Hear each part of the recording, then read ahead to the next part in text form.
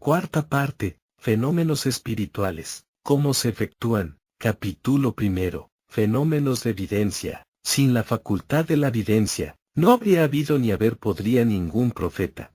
Pero todos los seres humanos están dotados de la facultad medianímica de la videncia, más o menos desarrollada, y son más o menos conscientes en estado de vigilia. Cuando han dicho, los sueños son, y soñar despiertos, han hecho una gran calumnia al espiritismo, porque el espíritu, que es quien imaginiza, nada puede presentar a nuestra mente imaginativa que no haya sido o haya de ser una realidad. No nos importa que algunas videncias obtenidas en vigilias, en estado sonambúlico, o en el sueño natural y aun el medianímico, no se realicen, si las vemos naturalmente, o nos las presentan en cuadros, amigos o enemigos, los tales hechos ya existieron y nos los recuerdan, o no son prevenciones de amigos para realizarlas o evitarlas y aún añadiremos, que, para adelantarnos sufrimientos, nos los muestran nuestros enemigos, pero de todos modos, son fenómenos de la evidencia, que los comprendamos o no, será cosa de nuestra mayor o menor luz, inteligencia y comprensión del fenómeno. La evidencia se produce siempre por el espíritu y no por los ojos materiales o sentido de la vista, que, si también con los ojos materiales ven los videntes, pueden ver los mismos fenómenos cualquiera otro, porque será una cosa material o materializada, siempre que el espíritu que produce el fenómeno, haya tomado fluidos de todos, y si no es así, aquel de que no haya podido tomar materia fluídica, no verá claro y aún no verá nada, mientras los otros ven. Y no es esto un misterio, ni una excepción, ni mayor deferencia a unos que a otros, sino que obedece a la afinidad y a las facultades. He aquí, pues, porque ven ciertas materializaciones los que no son videntes y no ven otras, aunque las vean los que no vieron cuando él vio, porque el espíritu que se materializa o presenta el fenómeno, no era a fin de uno, del cual, no siendo medium, no puede tomar fluidos, y por lo tanto, no se puede imaginizar en su mente. Es, pues, necesario para ver el fenómeno una de estas dos cosas, ser medium vidente, o ser afín del que presenta el fenómeno, para que tome materia fluídica, sin cuya condición nadie verá. Las visiones no son solamente materializaciones. Son imágenes etéreas que las leyes de los reflejos y del sonido le pueden explicar al profano en espiritismo, siempre que imperen en la razón y sobre todo, que les dejamos aquí pruebas por lo menos admisibles a la comprobación y las reglas invariables que la filosofía da y que las ciencias no pueden desechar, aunque las desprecien por aberración, capricho o sistema, los pseudocientíficos, pero que las admiten los verdaderos científicos. Hay casos de evidencia a larguísimos plazos, de los que está lleno el titulado Apocalipsis, y entre ellos, que recuerde, porque no quiero mirarlo, está el del nacimiento de una nueva bestia, que nace de una bestia vieja, que muere, y en la nueva se sienta un dragón con 7 cabezas y 10 cuernos. Él mismo explica lo que es. La bestia vieja que muere es la religión cristiana, fundación de Aiteques, y que hemos aclarado y explicado largamente en todos los libros citados en este libro. El suceso de esta visión se realiza 300 años próximamente más tarde, en el nacimiento de la Iglesia Católica, el año 325, para lo cual se juntan 7 religiones, y de su conjunto, nace esa nueva iglesia sobre la muerte de la de Pablo, que se llamaba Iglesia Cristiana. A la bestia, religión católica, la numera con el 666, que es el número de las religiones mayores que hasta entonces existieron, heredadas una de otra en ascensión, siendo la última la meritoria o responsable de todas las anteriores. El dragón que se sienta sobre esa nueva bestia será su Dios, como lo era el de cualquiera de las otras religiones, y para la Iglesia Católica crearon un Jesucristo para desgracia y deshonra de Jesús. Las 7 cabezas, pues, del dragón, son las 7 religiones que concurrieron a la fundación de la católica, y los 10 cuernos, 10 reyes, a los que la misma bestia dio vida y poder. ¿Cómo pudo Juan apóstol de Jesús ver esto, que aún no se había realizado? Entendamos que Juan dialoga en la visión y lo hace con alguien. Luego ese alguien ha sido el Espíritu de Jesús, y algunas veces otro que era hermano de Jesús, leían en espíritu y materia, lo que Pablo meditaba. ¿Por qué había de ser Pablo al que vigilaran estos espíritus y previnieron con matemática exactitud lo que vendría?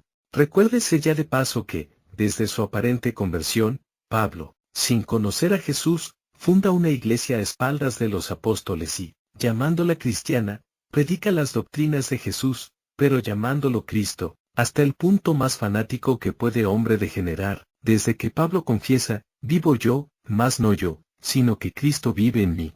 Confesión que pone de manifiesto el sometimiento al fanatismo que no lo dejará ser racional. Los apóstoles de Jesús forzaron a Pablo venir a Jerusalén, pero si lo hace, aprovecha ya su entendimiento con los sacerdotes judíos y su influencia política, diríamos, y consiente que el apóstol Pedro vaya a la cárcel. El espíritu de Jesús y el de su hermano Santiago más todavía, porque él era Jacob, autor de la triste célebre frase Cristo que al pronunciarla sobre una piedra en Betel, en señal de peligro, y ambos espíritus, sabiendo que el espíritu de Pablo es el de Aiteques, por la matemática que el espíritu usa, podían prever todo lo que a Juan le revelaron de palabra y en visión, formándole en cuadros simbólicos lo que Pablo preconcebía como reminiscencia de Aiteques. El otro gran caso de evidencia de Juan es la gran guerra final, donde llega a señalar 200 millones de combatientes, que sería la apoteosis de la vida libertina de la bestia 666 y del dragón, Cristo que se siente en ella, a los que les dio de vida 2 millenarios, siendo al final encadenados, cuya cadena es el espiritismo luz y verdad, descubierto al tiempo prefijado, y la guerra mundial aún sigue en estos momentos. Efectos de esos desastres vistos con tantos siglos de anticipación, se le hizo ver el final en la gran catástrofe geológica para limpiar al mundo de tanta iniquidad, y después de ir describiendo escalonadamente el toque de 7 ángeles, que no son más que el progreso, ve desprenderse una estrella que arrastró una tercera parte de la tierra y 2/3 partes de la humanidad, lo cual se está cumpliendo y muy pronto veremos el golpe final. El Apocalipsis, o profecía de Juan el apóstol, que hoy leen los hombres, es toda una mistificación hecha con entera malicia por la bestia 666, por lo cual, los hombres se confunden en él, pero, de todos modos, es una confirmación de la facultad de la evidencia, lo que no han podido evitar ni ocultar. Todas las profecías y las de Jesús con sus sentencias y promesas, no son otra cosa que evidencias. Pero vamos a anotar algunas nuestras, que si las pueden dudar, está nuestra convicción y nuestra sinceridad, que resiste a toda diatriba. Los expuestos atrás en el capítulo, la química ante el espiritismo, y la astronomía ante el espiritismo, serían bastante, pero queremos ser más abundantes y demostrar a la vez que nada hay oculto al espiritismo, a la vez que probar que el espiritismo entiende en todo, atiende y se cuida de todo, porque es el gobierno del universo. Hemos preconizado y descrito el comunismo en nuestra proclama, en 1910, precisamente cuando la plutocracia y la autocracia estaban en todo el mundo, cometiendo sus más grandes hechos de predominio, y en la Rusia coloreaban la nieve con la sangre de una masacre. En Barcelona se sembraba el terror con la Semana Trágica. En Buenos Aires el coronel Falcón encharcaba la Avenida de Mayo con la sangre obrero, y en todas partes se aprisionaba a los libres, y en cortos 10 años, el comunismo se ha extendido en todo el mundo, y quieran que no, todos lo respiran, y el comunismo será el régimen de toda la tierra, y no como lo idea Lenin ni los noveles comunistas anarquistas y materialistas, sino el comunismo de amor y ley que nosotros hemos preconizado y sostenemos en esta escuela del espiritismo luz y verdad. Lo hemos visto en otros mundos y ante nosotros se decretó para la tierra. Vengamos a cosas más pequeñas y del día, que pueden ser probadas por los hechos. Hemos referido la sesión consejo el día del asesinato de un jefe de gobierno y vimos prender la mecha al que lo prometió, pero estamos en lo más crudo de la gran guerra. En las calles de Buenos Aires, gritan desaforados, oprimiendo al gobierno a romper las relaciones con Alemania. Un diputado nacional, que luego es gobernador y que en esta escuela era el N. Grados, 81 de sus adherentes, como buen medium vidente e intuitivo, viene y pide consejo, y ante la importancia y gravedad del caso, se concede el consejo y vimos las consecuencias funestas que traería la ruptura.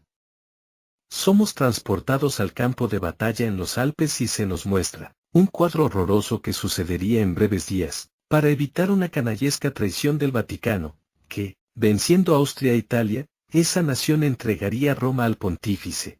plan trazado por un general de una congregación religiosa, que fue preso 2 días más tarde, y los austriacos hacen descender en 2 días a los italianos, todo lo que habían ascendido en 2 años. Pues bien, nuestro N-Grados 81, oyendo y viendo con nosotros lo que se preparaba por disposición salvadora del gobierno del espiritismo, recibió el encargo de asesor y no se rompieron las relaciones.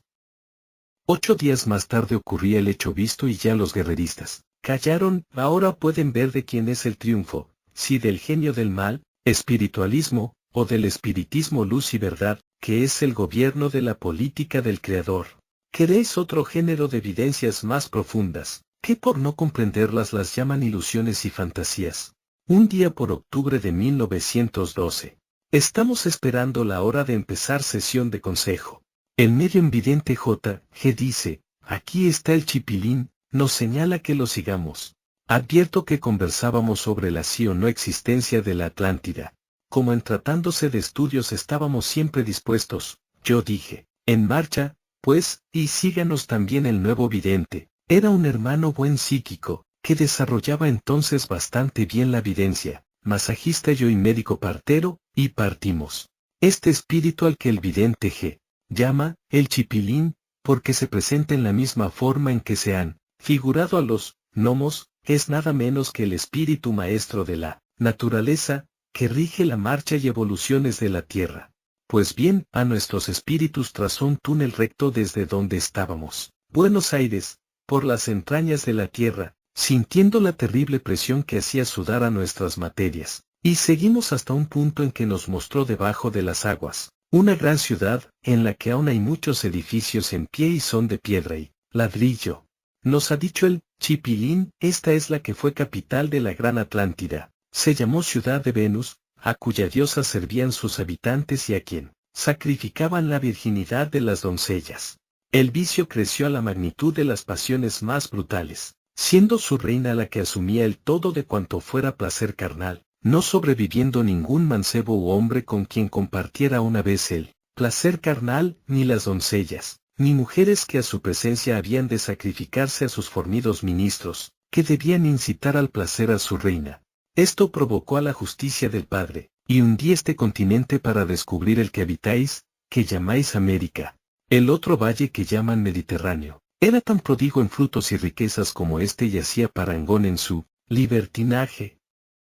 Rompí la tierra de Hércules y levanté el lecho del Sáhara y las aguas envolvieron las ciudades, que algunas se conservan, como la de Venus, que presenciáis.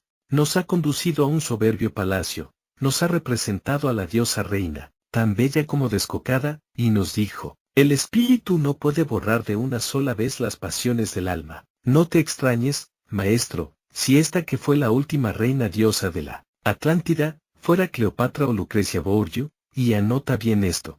Nos mostró el trono cama y, oh horror, a un lado, en el destinado al hombre que había de deleitarla, una disimulada trampa cubría un profundo pozo, a donde caía el desgraciado. Hemos bajado y grandes montones de esqueletos humanos sirven en aquellas profundidades de asidero a algunos animalejos del fondo del mar. Quiero saber dónde nos encontrarnos y lo dije al chipilín. Ascendamos, dijo este. Y nos vimos sobre la superficie de las aguas, y un movimiento de asombro hubo en los espíritus desdoblados, sobre todo en el del nuevo, que era su primera excursión de valor. Estábamos entre el pico de Tenerife y la isla de Madeira, en el paso de la línea 37 del Ecuador. En esa conjunción, a 4.000 metros de profundidad se encuentra la ciudad de Venus, envuelta hace 87 siglos. Los 4 videntes desdoblados somos españoles y nuestras afinidades cercanas nos hacen sentir la nostalgia natural. Seguime, dice, el chipilín, parecía haberse convertido él mismo en una barquilla veloz como el pensamiento, pero notábamos muy bien el sube y baja de las olas, y en la costa occidental del África reconocí los arrecifes llamados el Bajo, de las aceiteras, y un espantoso remolino capaz de tragarse cuanto se acerque. A 3 millas de su centro, nos mostró y nos zambullimos, quedando estáticos un instante. El reina regente, tragado por ese caracol insaciable, se encuentra allá abajo, viendo esqueletos en sus camarotes, de los que sacamos algunos espíritus de los náufragos, que bajo la terrible impresión del momento fatal, estaban asidos a los barrotes, sufriendo aún el terror de una muerte indefensa. Los despertamos de su letárgica impresión y los entregamos a sus guías. Este tremendo remolino es producido por una boca de un subterráneo que traga un grandísimo caudal de agua, boca muy profunda y que no nos mostró dónde va a parar esa corriente. En cambio nos condujo el Chipilín al centro de las entrañas de la tierra, donde todo es espantosamente grande y horroroso. Los espíritus naturales, cada uno en su representación de una cosa, se nos mostraban en su acción. Diríamos que estaban en sus gabinetes terribles de creación y transformación. Grandes bocas se nos mostraban como entre peñascos de fuego y somos entrados. Diríamos en la oficina del maestro director de aquella fábrica de la vida, natural de todas las cosas de la tierra. Una balanza nos hizo comprender que aquel lugar era el estrado o sala de la justicia. Había muchas figuras, que podíamos llamar llaves o grifos y al nuevo vidente le picó la curiosidad de, incitado el Chipilín, hizo como que no se oponía, y el hermano se toca un grifo, teniendo todos en el acto la impresión de un terremoto. Al día siguiente leemos en los periódicos un terremoto, a la misma hora que fue tocada aquella llave. Entonces nos hace ascender por una boca que va a salir en un pico del África. Hemos vuelto y se ha escrito cuanto hemos visto, estando nuestros cuerpos jadeantes de sudor y calor. Habíamos pasado en la evidencia y desdoblamiento, 45 minutos.